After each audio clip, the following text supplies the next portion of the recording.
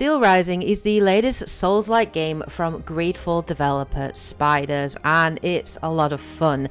Now, one of the earliest decisions that you will make at the beginning of the game is what class to play as. There are 4 classes available, and in this series I'm going to break down each class individually and just tell you a little bit about what makes up each class, the starting weapons that you get, some of the strengths and weaknesses having played them over the last couple of days. In today's video we are going to tackle the Bodyguard and everything related to the Bodyguard. So Bodyguards basically are your typical tank or bruiser class. They rely heavily on strength to withstand hits and deal huge heavy physical damage to enemies. It is your heavy hitter. Now at the beginning of the game you are given certain base beginner stats for each class. For the Bodyguard, these are durability, which you get +3 to. Durability basically increases your health and your balance. So your balance is the ability for enemies to stagger you, and obviously health speaks for itself. You also get a boost to engineering. You get +2 to this. Now engineering basically increases your armor, the effectiveness of alchemical afflictions, and the chance of finding loot. Armor effectively reduces the damage that you take from physical hits, and improving the effectiveness of alchemical afflictions of course makes it easier and quicker to trigger elemental status effects and increases the length of time that they will affect the enemy. So really your health, reducing damage that you take. It's a bruiser class, so it's all about high health, taking less damage, able to withstand more.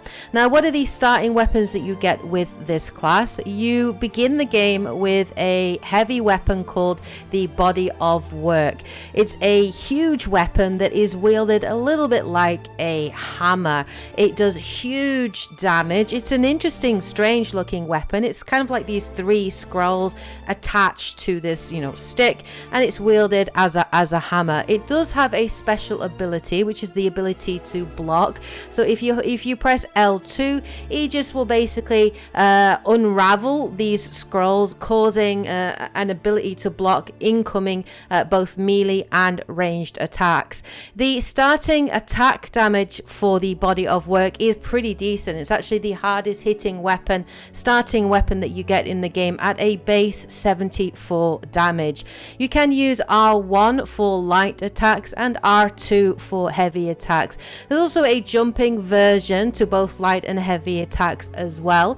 The heavy charge attack is mapped to the R2 button, and it does have a long charge up.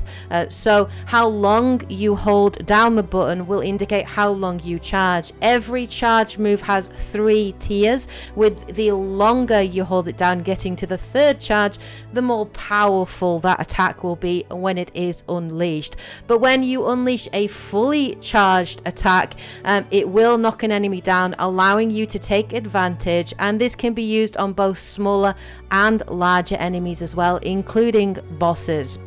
With the class as well, you do also gain access to the petrification grenade. This can temporarily immobilize an enemy, allowing you more time to get in for a heavy charge attack. Every enemy, when you lock onto them, has a diagonal in front of them.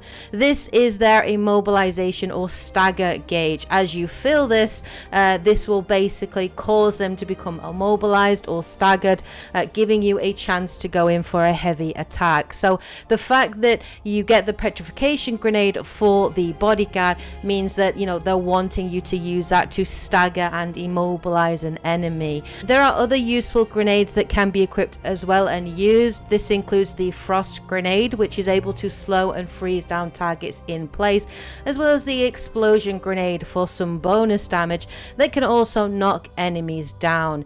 All of these grenades are all about staggering that enemy or immobilizing them. them, making them, you know, stay still long enough for you to charge your heavy attack to go in for huge damage. So let's talk a little bit about the strengths and weaknesses for this class, having played it.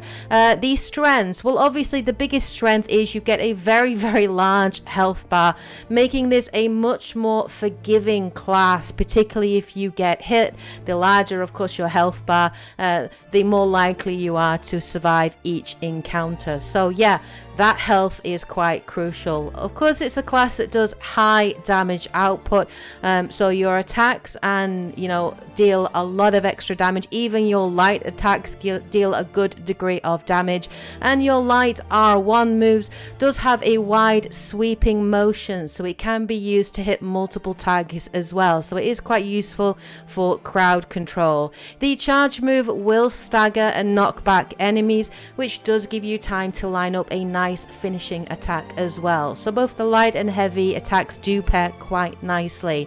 This class also pairs nicely with the elemental grenades and the Charlesville 1789 musket, which can be great for attacking and weakening enemies from range, freezing them in place, allowing you to use your body of work hammer to deal insane damage. This is a great tactic, especially to use against bosses.